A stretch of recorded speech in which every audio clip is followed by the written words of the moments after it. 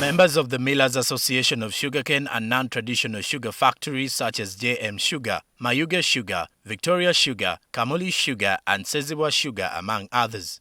Uganda Sugar Manufacturers Association comprises traditional sugar companies, that is Kakira Sugar, Skol and Kinyara among others.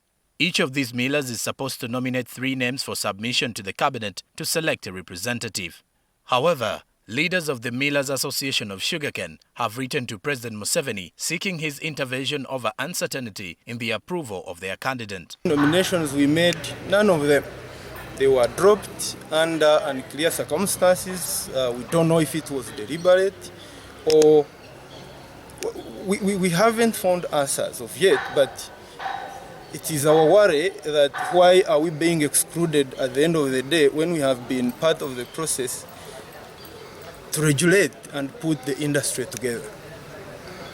It is our duty and we took it upon ourselves together with all the mills and the leaders under this association and the sister association.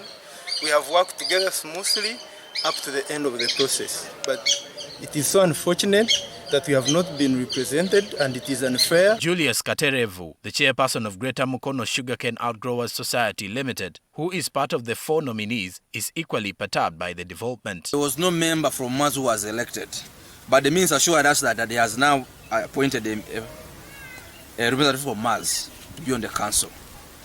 To the issue of Soga leaders, there were 3 of them who sent the application to the council, who were nominated from the various lead-up groups.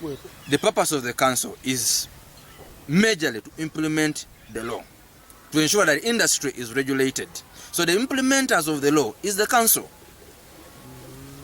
The implementers of this law is the council. That's the reason why nobody has implemented, even when it was gazetted, because the implementer is not there. I want to assure all viewers that the first council is not going to be the perfect council, because it's starting from a lot of mess. There are no regulations. Today we are stuck because even the law has no regulations. The spokesperson of the Ministry of Trade, Industry and Cooperatives, Hadija Nakakande, has refuted allegations that some names or associations presented for approval have been rejected since the council, where they are supposed to have representatives, is not yet constituted. First and foremost, the process of constituting the Sugar Council is still ongoing and has not yet been concluded. We received nominations from the different stakeholders and players in the sugar sector.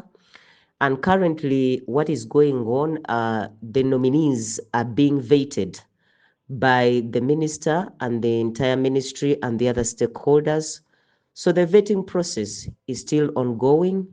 And after that process, that is when the Sugar Council is going to be constituted and later on inaugurated. So we consider these complaints by the small-scale sugar manufacturers as just rumors, because the Sugar Council has not yet been constituted. So they cannot claim that they have been left out when the process is still ongoing. So our request to the small sugar manufacturers is to be patient and wait for the vetting process to be concluded, and wait for the minister to pronounce himself on the final membership of the Sugar Council. The mandate of Uganda's new Sugar Council is to provide self-regulation and oversight for the sugar industry, which includes reviewing applications for sugar mill licenses, reviewing outgrower contracts, and making recommendations to the Ministers of Agriculture, Trade, and that of Finance. The councils also exist to ensure a fair and uniform price for sugarcane, promote the interests of farmers and millers, and provide a platform for stakeholder participation in industry governance.